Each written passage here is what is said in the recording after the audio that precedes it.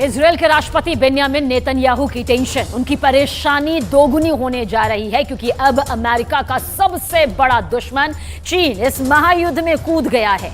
Israel हार जाए इसके लिए चीन ने एक बहुत ही बड़ा कदम उठाया। ये ऐसा कदम है जिसके आगे अमेरिका भी मजबूर नजर आने लगा है।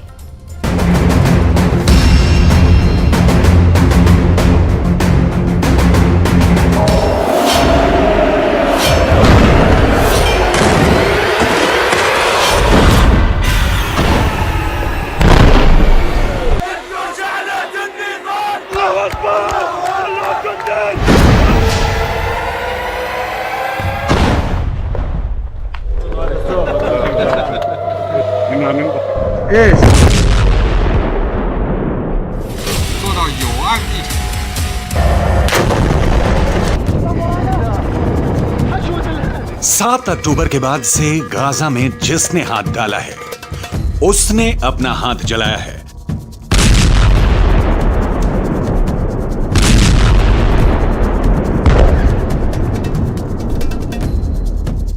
गाजा जलता हुआ कुआं बन चुका है।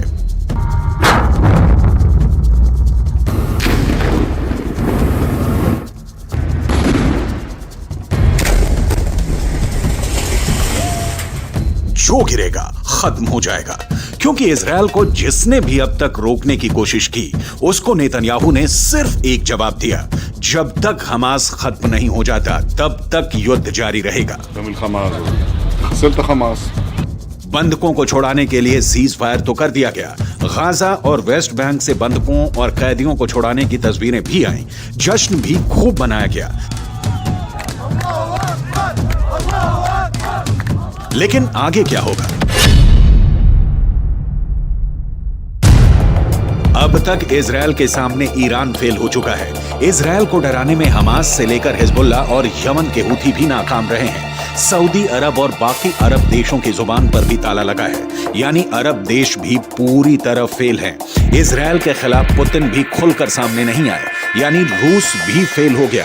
इजरायल अब अमेरिका के बस में भी नहीं है, इसलिए बाइडन भी पूरी तरह से फेल हैं।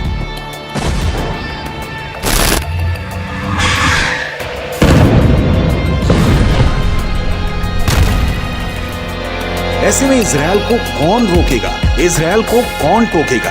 गाजा पर फिर बमबारी होगी, इसकी पूरी गारंटी है। ऐसे में इजरायल के युद्ध को कौन खत्म करेगा? कौन इजरायल से टक्कर लेगा? कौन है जिसमें इतनी हिम्मत है कि वो इजरायल से सीधे टकरा जाए? तो इसका एक जवाब आया है।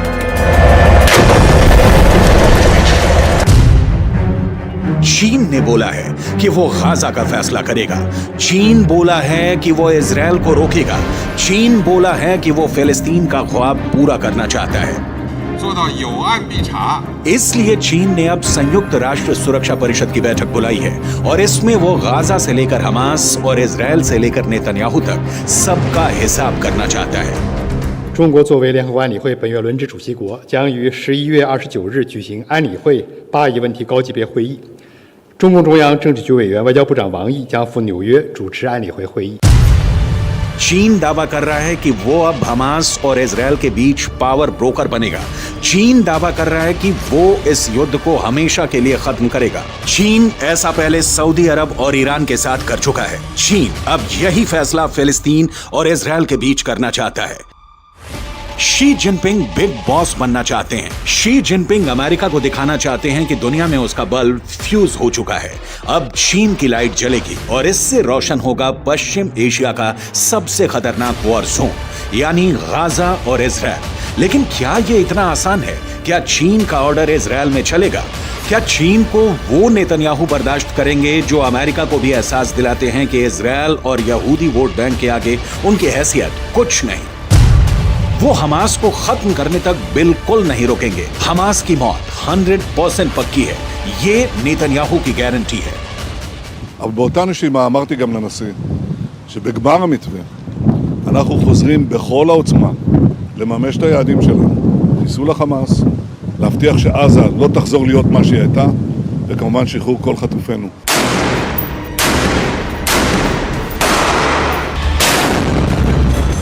गाजा को मिट्टी में मिलाने की मुहिम तेज होगी, ये बात नेतन्याहू ने साफ कर दी है। लेकिन इजरायल पर 14,000 से ज्यादा फिलिस्तीनियों की मौत का इल्जाम है और चीन अब इस मुद्दे को खुद हैंडल करना चाहता है। चीन इस पूरे मुद्दे को संयुक्त राष्ट्र सुरक्षा परिषद में लाकर इजरायल को ऐसे घेरना चाहता है जिससे नेतन्याहू बच ना पाए और गाजा में सरेंडर कर दे। 7 अक्टूबर के बाद युद्ध को ऐसे खत्म करना इजरायल की बड़ी हार मानी जाएगी और पहले से घर में घिरे नेतन्याहू की राजनीति का अंत भी हो जाएगा। लेकिन फिलिस्तीन और गाजा को लेकर इजरायल के खिलाफ कोई भी प्रस्ताव गिर जाएगा, इसकी भी पूरी गारंटी है, क्योंकि अमेरिका के पास वीटो पावर है जिसका उसने हमेशा इजरायल को बचाने के लिए इस्तेमाल किया है। अब तक संयुक्त राष्ट्र में फिलिस्तीन के मुद्दे पर 36 बार प्रस्ताव लाया गया है। इसमें अमेरिका ने 34 में वीटो करके इजरायल को बचाया है। 7 अक्टूबर के बाद भी 2 प्रस्ताव आए हैं और इसमें भी अमेरिका ने इजरायल को बचाने का काम किया है।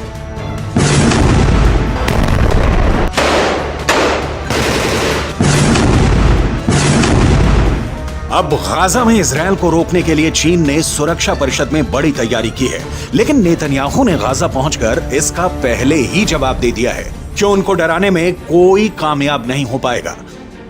צהריים הלוחמים הגיבורים שלנו. אנחנו עושים כל מאמץ להחזיר את חטופינו ובסופו של דבר נחזיר את כולם. יש לנו 3 יעדים במלחמה הזאת. לחסל את החמאס, להחזיר את כל חטופינו ולהבטיח שעזה לא תחזור להיות איום למדינת ישראל. ואני פה להגיד לחברים כאן, ללוחמים כאן, שאומרים לי את אותם הדברים, ואני חוזר ואומר את זה לכם, אזרחי ישראל. אנחנו ממשיכים עד הסוף, עד הניצחון. שום דבר לא יעצור אותנו.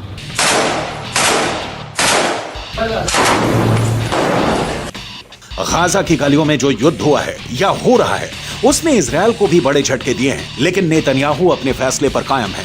बंधकों को छुड़ाने वाले सीज फायर के बाद वो हमास पर 10 गुना तेज हमला करेगा। फिर हमास के पास न बचने का रास्ता होगा न भागने का। गाजा की गलियों में युद्ध के दौरान हमास ने भी बड़े बड़े दावे किए हैं।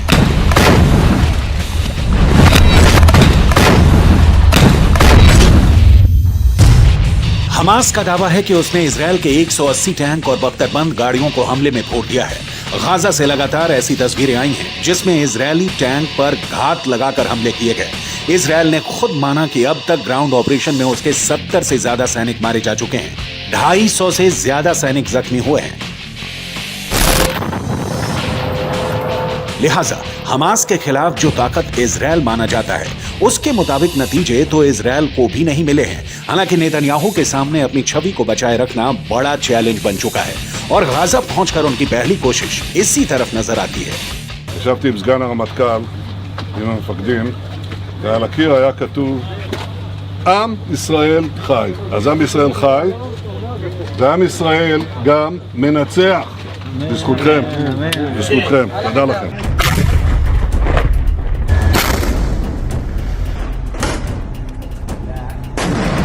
इजरायल का ग्राउंड ऑपरेशन बता रहा है कि अब उसने गाजा को 2 हिस्सों में बांट दिया है, या कहें कि गाजा को 2 हिस्सों में काट दिया है। एक तरफ है उत्तरी गाजा जिसको चारों तरफ से इजरायल की सेना ने घेर लिया है। अंदर बहुत ही खतरनाक युद्ध पूरी दुनिया ने देखा है। तो दूसरी तरफ है दक्षिणी गाजा। इजरायल की कोशिश है कि उत्तरी गाजा में हमास के पूरे कैडर को खत्म कर दिया जाए। चीन ऐसा नहीं चाहेगा क्योंकि चीन तो हमास का पूरा समर्थन करता है। ऐसा इसलिए कहा जा रहा है क्योंकि उसने 7 अक्टूबर वाले हमले को लेकर अपना रुख साफ नहीं किया है, या कह सकते हैं कि वो हमास के साथ है। सवाल इजरायल से है कि सीज फायर से पहले 50 दिन के युद्ध को लेकर वो कहां पास हुआ है और कहां फेल। 7 अक्टूबर को हुए हमले के बाद हमास के खिलाफ जंग में इजरायल के 2 मकसद थे।